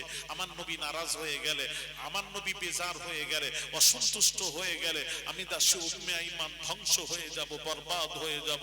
এখন আমি নবীর কাছে কি মুখ দেখাবো? আমি তো পান করে নিয়েছি, নবীর কাছে যাব কি করে, দাঁড়াবোটা কি করে, আমার ভয় হচ্ছে। ভাইরা আমার, বাবাজিরা, ও সোনার যুবকেরা, বাবাজিরা, আল্লাহ নবী দয়াত নবী রাহমাতুল লিল আলামিন জানতে পেরে দাসী উম্মে আইমানকে ডেকে বলেছিলেন ও দাসী উম্মে আইমান, আমি রাসূলুল্লাহর পেশাব পান করেছো, আমি রাসূলুল্লাহ সাল্লাল্লাহু আলাইহি ওয়াসাল্লাম বলছি তোমার জিন্দেগিতে জীবনে কখনো পেটের বিমার কখনো হবে না। আরো জোরে, তোমার পেটের বিমার কখনো হবে না। রাসূল বললেন হায় হায় হায়, তাহলে যে নবীর পেশাব থেকে খুশবু বের হয়, পেশাব থেকে খুশবু বের হয়, আর তুমি রাসূলের মুখ থেকে দুর্গন্ধ বের হয়, বললে কিভাবে তুমি সমাজকে? সমাজকে এই কথা বললে কি করে? কি বোঝাতে চাচ্ছ রাসূলকে? কি বোঝাতে চাচ্ছ রাসূলকে আমি জানতে চাই। হ্যাঁ, সে পৃথিবীর সকল থেকে পৃথক, আলাদা। সে যখন দুনিয়ায় আসছিলেন মা আমিনা বলছেন জান আমিনাকে জিজ্ঞেস করুন, পড়ুন কিতাব, পড়ুন সিরাত খুলে দেখুন। আমিনা মেয়েদের, নারীদের যখন পেটে গর্ভে যখন বাচ্চা আসে তখন পেটটা উঁচু হয়, বড় হয়, আস্তে আস্তে বড় হতে থাকে, আর দুর্বল হয়ে যায়, খাওয়া দাওয়া উঠে যায়, রক্ত থাকে না, শূন্য হয়ে যায়। বাচ্চা যখন আসে দুর্বল হয়ে যায়, কোন জিনিস কাজ করতে পারে না, তুলতে পারে না, ডাক্তার নিষেধ করে ভারী জিনিস তুলবে না। এই অবস্থা হয় পৃথিবীর সব নারী। আর আমিনা কি বলছেন শুনুন, আমিনার কাছ থেকে শুনুন। আমিনা বলছেন আমি গর্ভবতী হয়েছে আমি জানিনি। কবে জানলাম? আমি যখন রাস্তা দিয়ে চলতাম, আমি যখন চলতাম সারিবদ্ধ গাছগুলি পড়ে আমাকে সালাম দিত, বলতো আল্লাহর হাবিবের মা আমেনা তোমাকে জানাই লাখো কোটি সালাম। জোরে বলেন না সুবহানাল্লাহ।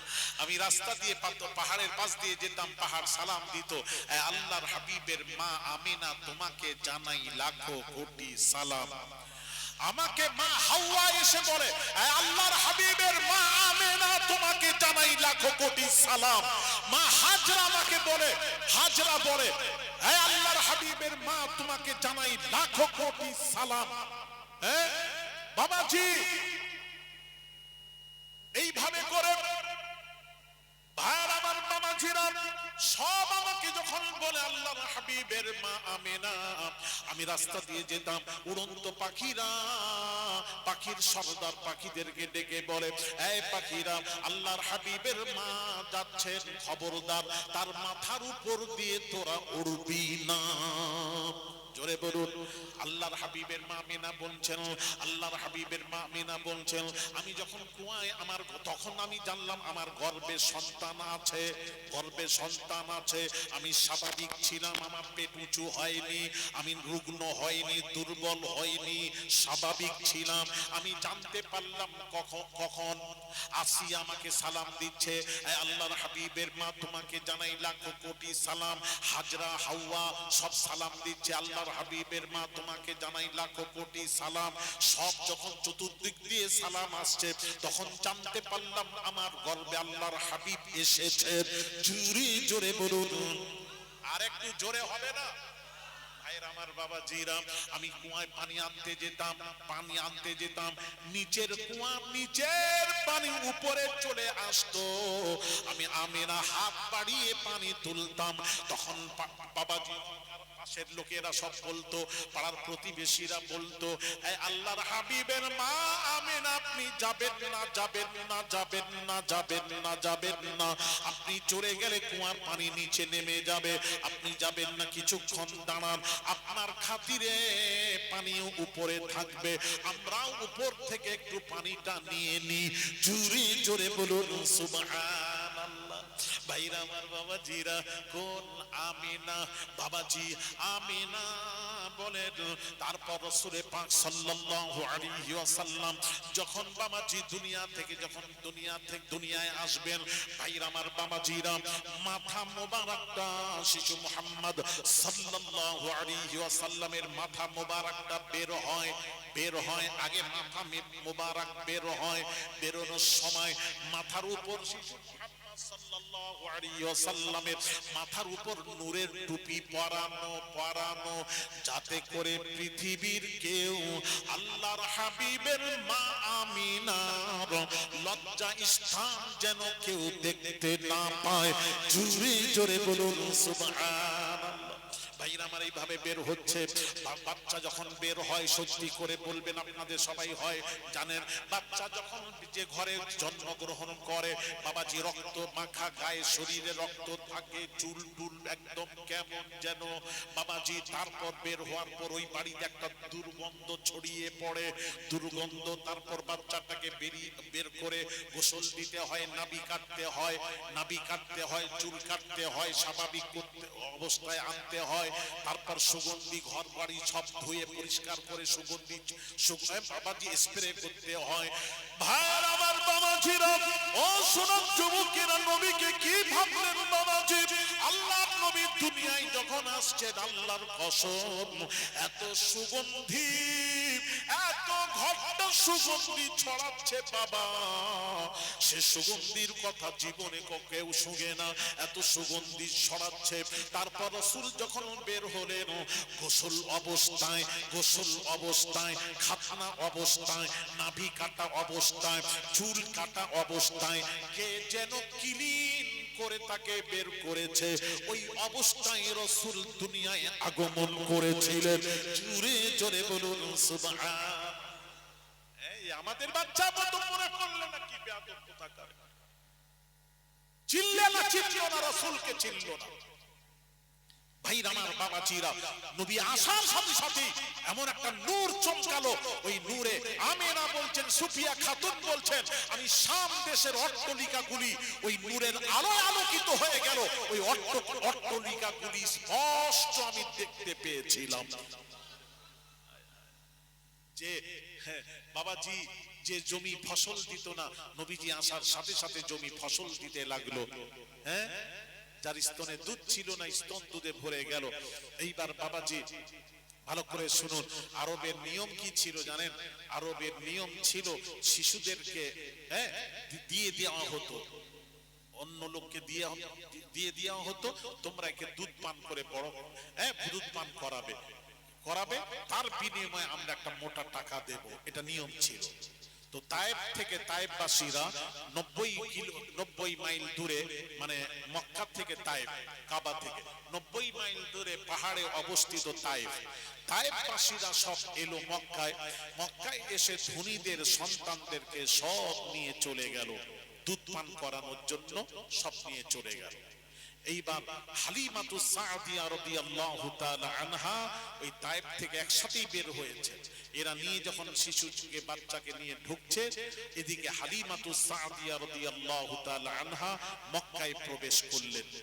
প্রবেশ করেই দেখলেন কোনো শিশু নেই, মক্কার কোনো শিশু নেই, সব শিশুদেরকে তায়েফবাসীরা নিয়ে চলে গেছে।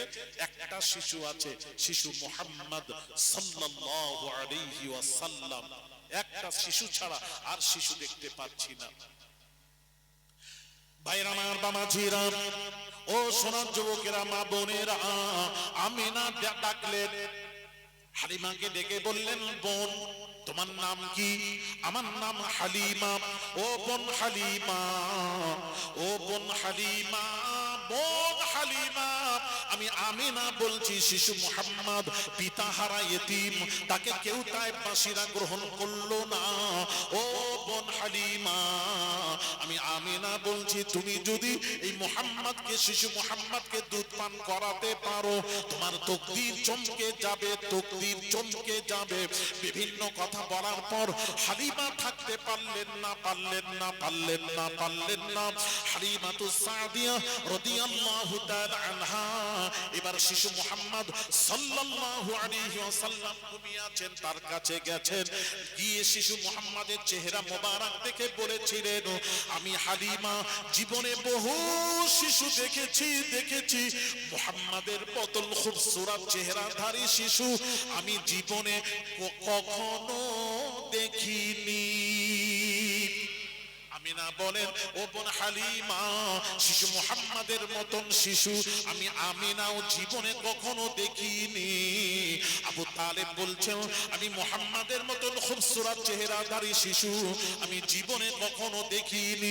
আব্দুল মুত্তালিব বলেন, কাবার চাবিকাঠি আমার হাতে, আমি কাবাতে বহু শিশু এসে দেখেছি, তারা বাণিজ্য করতে এসেছে, আমি আমার জীবনে বহু শিশু দেখেছি, মুহাম্মাদের মতন খুবসুরত চেহারাধারী আমি শিশু আমি আব্দুল মুত্তালিব কখনো দেখিনি।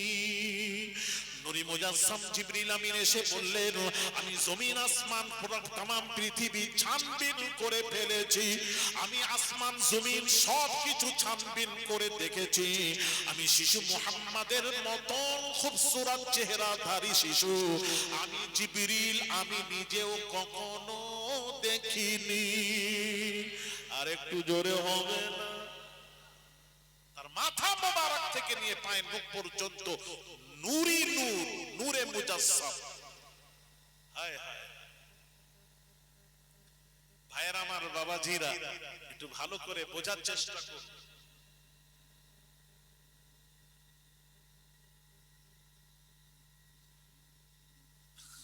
যাক, অনেক কথা ছিল, আর আমি যেতে পারবো না, সময় হয়ে আসছে, আমি বিদায় নেব। কোনটা কোনটা বলছে? কোন হযরত? ছোট হযরত ও মেদিনীপুর। বাবা সময় নেই তো বলছি তো, এখন আগে বললেন, আমি ওঠার সময় আপনি বললেন না কেন? তাহলে আমি ছোট হযরত থেকে শুরু করতাম।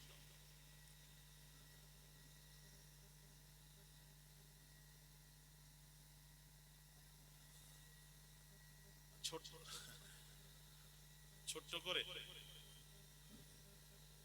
ভাইরা আমার, বাবাজিরা, ছোট হযরত হাজী মুস্তাফা আল্লাহর ওলিদের, আমি যে কথা বলছিলাম, ওলিদের কি ক্ষমতা বাবাজি! হ্যাঁ, নবীদের যেমন আল্লাহ ক্ষমতা দিয়েছেন, ওলিদেরকেও আল্লাহ ক্ষমতা দিয়েছেন, ওলিদেরকেও ক্ষমতা দিয়েছেন। ওলিদের পাওয়ার যদি দেখেন আপনি আশ্চর্য হবেন। হ্যাঁ, কথা বুঝতে পেরেছেন? আল্লাহর ওলিদেরকে কি ক্ষমতা দিয়েছেন এখানে দেখে নিন। নবীর তো ক্ষমতা আছেই আছে, ওলিদের কি পাওয়ার দেখেন। হাজী মুস্তাফা মাদানী দুই ছেলে, ছোট হযরত বড় হযরত। ছোট ছেলে মাদ্রাসা দৌড়ি ছিলেন, যখন যেতেন দেখতেন হুজুর একটা শখের শসা গাছ ছিল, আসার সময় দেখতেন শসা ঝুলছে, যাবার সময় দেখতেন শসা আছে, এইরকম দেখে যেতেন। বেশ বড় হয়েছে, সুন্দর শখের শসা। সফরে যাওয়ার সময় দেখলেন শসা আছে, আসার সময় দেখলেন শসা নেই। যেই নেই মন খারাপ, আমার শসায় তো কেউ হাত দেবে না, এটা আমার ছেলের কাজ বুঝি। আমার ছেলেকে ডাকো। ছেলেকে যেই ডাকতে গেছে, ছেলে বলছে আসলেই তো আমি পেড়ে নিয়েছি। আব্বুর কাছে গেলে আব্বু মারধর করবে, তখন পেড়ে নেওয়া শসাটি বিসমিল্লাহির রহমানির রহিম বলে লুকিয়ে গিয়ে ওই মোটার সাথে লাগিয়ে বলছেন, হ্যাঁ শসা মোটার সাথে জুড়ে যা, আল্লাহ এই শসা যেন মোটার সাথে জুড়ে যায়, নাহলে আব্বু আমাকে মারধর করবে। আল্লাহর নাম বলে যখন লাগানো মাত্রই শসা মোটার সাথে জুড়ে যায়। জোরে বলে, দেখছেন? জাবানে তারা যা বলে দেয় তাই হয়ে যায়। যা বলে দেয় তাই বুখারীর হাদিস। আমি বুখারীর হাদিস পড়েছি বাবা। আল্লাহ রাসূল বলেছেন এমন এমন আল্লাহর মাহবুব বান্দা পৃথিবীতে আছে আপনি চিনতে পারবেন না, আপনি দেখলে কাছে বসতে দেবেন না, ঘৃণা করবেন, সব সব সব, কিন্তু তারা যা বলে দেয় তাই হয়ে যায়। খালি জবান থেকে বলি। আমি আহমদাবাদে ওয়াজ করেছি বাবা, আহমদাবাদে আমার একটা অডিও ওয়াজ আছে 2011 সালের, ভিডিও নেই, অডিও 4 ঘন্টার ওয়াজ আহমদাবাদে, শুনবেন কখন, সব উত্তর দিয়েছি ওকে। আহমদাবাদে শাহ আলম দরগা আছে, দরগা, আল্লাহর ওলি, বড় ওলি, ওনার কাছে নবী দেখা করতে এসেছিলেন, নবীজির কদমের চিহ্ন এখনো আছে ওখানে। হ্যাঁ, উনি রাত্রিতে তাহাজ্জুদ পড়তেন, তাহাজ্জুদ কাজা ছিল না, তাহাজ্জুদ নামাজ পড়তে যাচ্ছেন, একদিন অন্ধকার রাত্রিতে যেতে যেতে ঠোকর লাগলো পায়ে, কি যেন লাগলো, অন্ধকার তো, উনি তখন মুখ থেকে উনার বের হয়ে গেল, ये पत्थर है या लकड़ी है या लोहा है, এটা পাথর না কাঠ না লোহা, কোথায় লাগলো পাটা আমার, এটা পাথর না লোহা না কাঠ, এই তিনটি শব্দ মুখ থেকে উচ্চারণ হয়ে গেল। বেশ, সকালে উঠে দেখছেন ওই পাথরটা একদিকে পাথর, একদিকে কাঠ, একদিকে লোহা হয়ে গেছে। জোরে বলেন না সুবহানাল্লাহ। হ্যাঁ বাবা, উনি জবান থেকে বের হয়ে যায়, কেন হবে না? মান কানা লিল্লাহি কানা আল্লাহু লাহু, যে আল্লাহর হয়ে যায় আল্লাহ তার হয়ে, সমস্ত সৃষ্টি বস্তু আল্লাহ তার তাবে করে দেন, সে যা বলে তাই হয়ে যায়। দেখেন প্রমাণ করাচ্ছে। ভাইরা আমার, এই মেদিনীপুরে একটা মাজার আছে, দেখবেন একটা কুয়া আছে, কুয়া, এই জন্য তো ডাকি, আপনারা তো শোনেন না, আমরা বলে যাই, আপনারা মনে করেন কি এই তো আমরা, ওই জন্য বলেন না, যার পাশে বাবাজি স্টেশনের পাশে যার ঘর থাকে তারই কিন্তু ট্রেন ফেল হয়। এই যাচ্ছি যাব, আমার ঘর থেকে তো 2 মিনিট, এই যাচ্ছি যাব, এই করতে করতে ট্রেন, এটা ঠিক বলছি না ভুল বলছি বলেন? আর যারা দূর থেকে তারা এসে 2-3 ঘন্টা এসে চুপ করে বসে থাকে, তাদের ট্রেন ফেল হয় না। তো আপনারা জানেন এই তো মেদিনীপুর, ওই তো, কিন্তু যারা বাংলাদেশ থেকে ট্রেন আসে কি করে, মুজাদ্দিদুজ্জামান কাশফুল কবুর করে বললেন 14,000 আল্লাহর ওলি শুয়ে আছে, 14,000। বুঝেন না তো, জানেন না তো, যাবেন কি করে? লোহাতে একটা অ্যাড দেয়, যে চেনে সেই কেনে, চিনেন না তো কিনবেন কি? জানেন না তো মেদিনীপুর, জানেন মেদিনীপুর দাওয়াত দিচ্ছে, জলসা, বুঝেন না, জান না একটু ওলিদের দরবারে, একটু ওলিদের নেক নজরটা পড়ে আপনাদের। এই জন্য তো ডাকি, আগামী 6ই জ্যৈষ্ঠ রোজ বুধবার যাবেন, দাওয়াত দিচ্ছি, মাদ্রাসা মাদানিয়া আহমদিয়া তাজবিদুল কোরআন আমার জলসা, মাদ্রাসা জলসা বা হুজুর আম্মা জানে সবরেশানি, ওটা চৈত্র মাসে হতো, রমজান পড়ার কারণে 6ই জ্যৈষ্ঠ করা হতো। আমার কাছে হ্যান্ডবিল আছে, যাবেন, দিয়ে যাব। 4 জন ছেলে হাফেজ হচ্ছে, এক বৈঠকে তারা কোরআন শুনিয়েছে, এইরকম 4 জন ছেলের মাথায় পাগড়ি হবে, দাওয়াত দিলাম, যাবেন 6ই জ্যৈষ্ঠ। ওখানে একটা মাজার সংলগ্ন একটা কুয়া আছে, বারাক শহীদ রহমতুল্লাহ আলাইহ, আল্লাহর ওলি বললেন এই পানি ওহি রহে যা, বলতে পানি ওইভাবে রয়ে গেছে, মাটি থেকে 1.5 হাত নিচে পানির লিয়ার, গভীর হলো 10 ফুট, তারও কম। প্রতিদিন হাজার হাজার হিন্দু মুসলিম ডিএমএ ডিএমএসপি পানি তুলে নিয়ে যাচ্ছে, 500 দশক ধরে পানি তুলছে, ও পানি কমেও না, টর্চ মারলে দেখা যাবে নিচেটা, ও পানি কমেও না। বর্ষাকালে এবারে গতবারের বর্ষাতে পুরো ডুবে গেছে মেদিনীপুর, হ্যাঁ কি অবস্থা হয়েছে, বোম্বাই রোড পর্যন্ত পানি উঠে যায়, কিন্তু ও পানি বাড়েও না, তুললে কমেও না। জোরে বলো না সুবহানাল্লাহ। ওই যে উনি বললেন ওহি রহে যা, ওখানেই রয়ে যা, ওইভাবেই রয়ে গেছে পানি, বাড়েও না কমেও না, বাড়েও না কমেও না। আইয়ুবুজ্জামান ফুরফুরা শরীফের মারহুম বড় হুজুর পীর কিবলা বলতেন এই পানিতে শিফা আছে, নিয়ত করে পান করলে আল্লাহ বিমার ভালো করেন। আমার আব্বা জান বলতেন, পীর বলতেন বাবা পানিতে শিফা আছে, নিয়ত করে পান করো, কিছুদিন কন্টিনিউ পান করে দেখেন, আল্লাহ আপনার বিমার ভালো করে দেবে, ভালো করে দেবে। বহু রোগী ভালো হয়েছে, এগুলি আসেন না। ওই তো বলছি দাওয়াত দিচ্ছে, আপনাদের সময় নেই, সময় কোথায়, সময় তো বের করাতে হবে। দাওয়াত গ্রহণ করলেন, যাবেন তো, কথা বলছি না,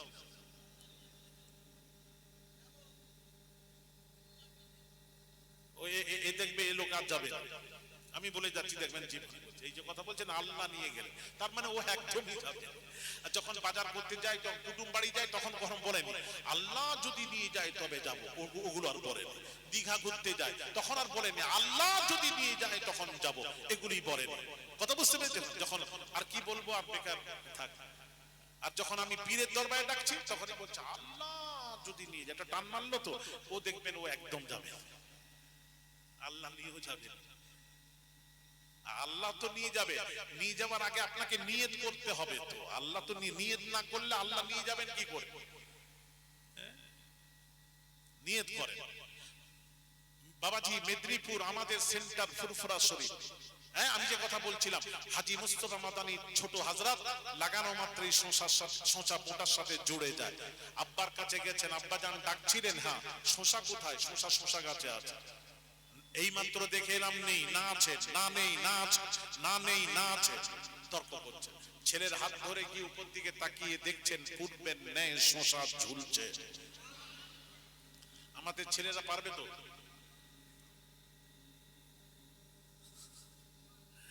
আমাদের ছেলেরা সোনার ছেলে, সোনা। হ্যাঁ শোনাচ্ছে হবে না।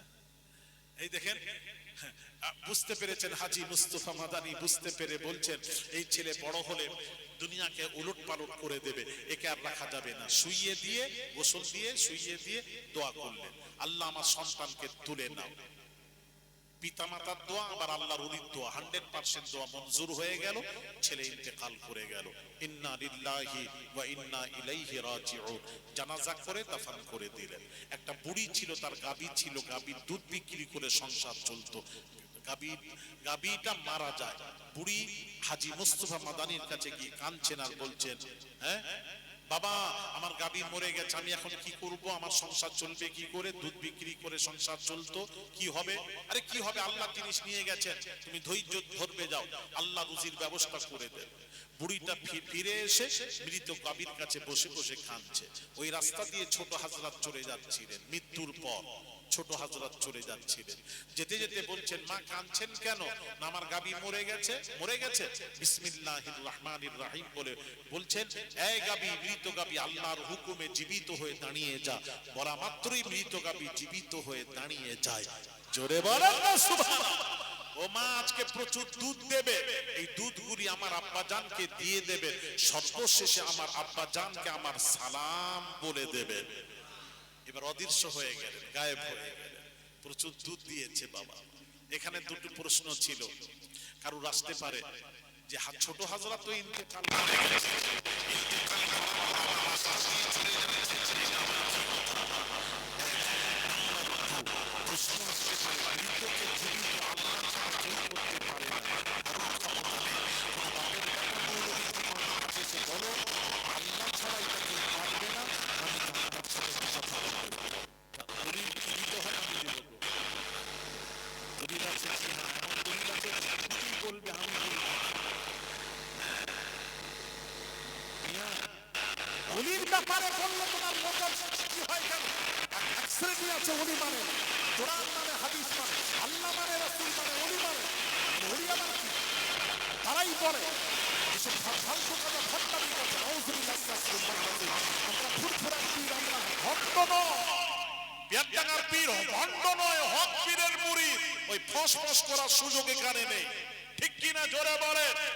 এটা দিওয়ানবাগি পীরের মুরিদ আমরা নয়, আমরা হক পীরের মুরিদ।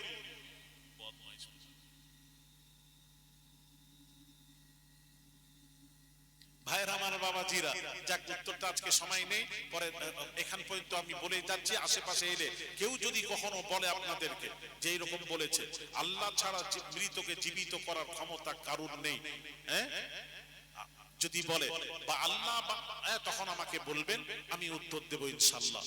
এখন আপনাকে বলি, ব্যাস জীবিত হয়ে যায়, প্রচুর দুধ দেবে মা, এই দুধগুলি আমার আব্বা জানকে দিয়ে দেবে, আমার আব্বাকে আমার সালাম করে দেবে।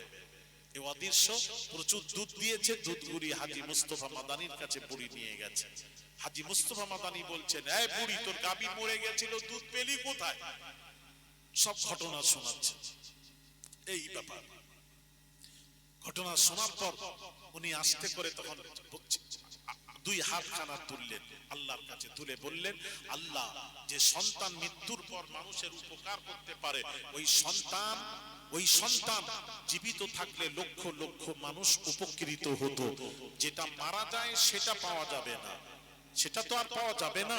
আল্লাহ, আমার বংশে ওই রকম একটা সন্তান দাও যার থেকে লক্ষ লক্ষ মানুষ উপকৃত হতে পারে। হাজী মুস্তাফা মাদানির দোয়া মঞ্জুর হয়ে গেল, আল্লাহ কবুল করলেন।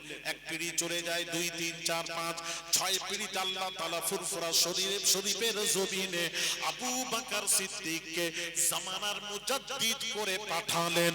জোরে জোরে বলুন, আর একটু জোরে। 100 বছরের মুজাদ্দিদ করে আল্লাহ পাঠালেন। আবার 100 বছর যেই পূরণ হবে, আল্লাহ আরেকটা মুজাদ্দিদ পাঠাবেন। উনি 100 বছরের মুজাদ্দিদ।